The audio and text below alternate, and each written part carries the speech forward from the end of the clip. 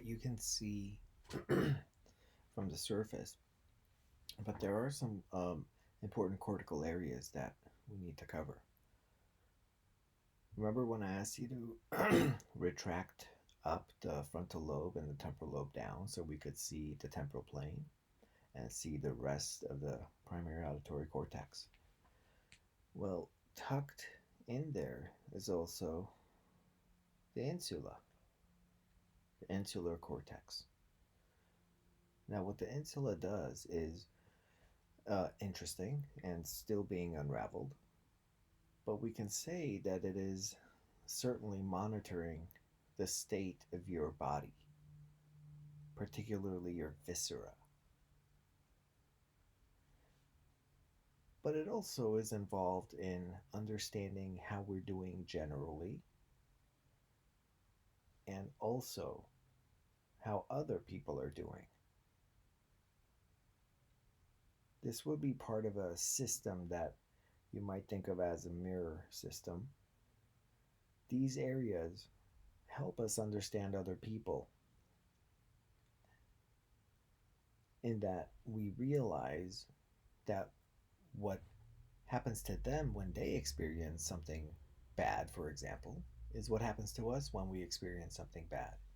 And that ability to reflect, my friend hit his knee. If I hit my knee, it would hurt, and therefore my friend must be hurting. Right? Very, very simple. I'm not trying to make too much of this, but it is quite important, and you might include it in the broader social circuitry. But one of the things that the insula also particularly responds to, and we already touched on it, is pain.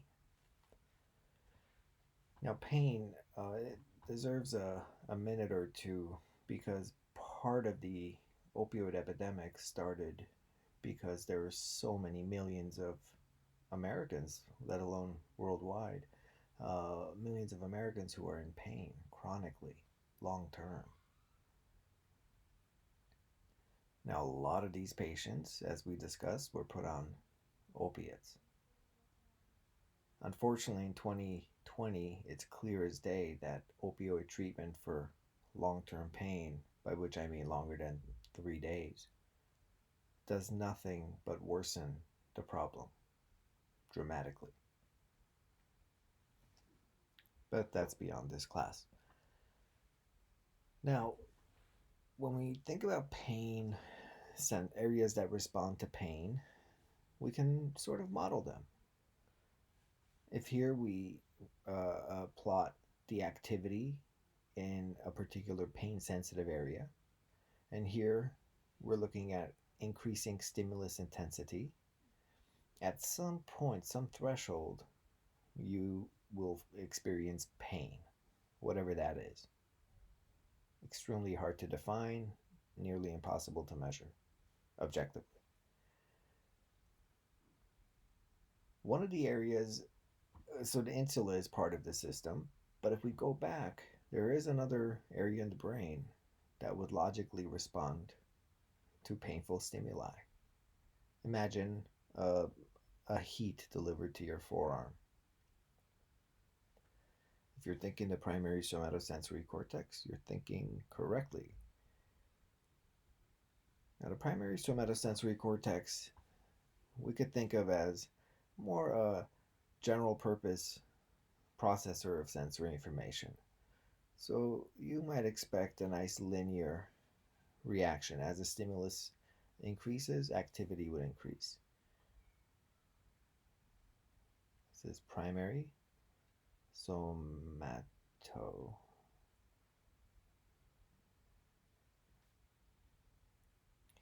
What would the insula be like? Now, the insula will monitor general stimulation, but I would imagine that the insula would significantly increase its activity once you begin to experience pain. So I suppose I'd plot it like that. And this is theoretical, but I would be surprised if this was far off the mark. Then, as it becomes noxious, then the insula would really begin to increase.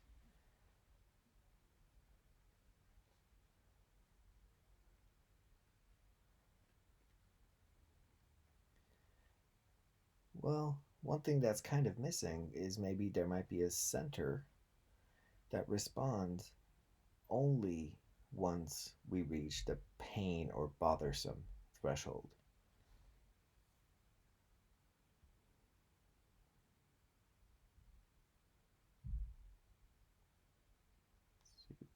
Magenta. So that area might do something like this.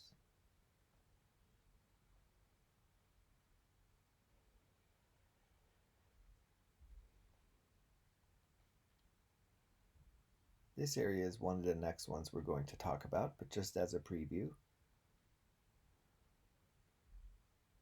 anterior cingulate cortex.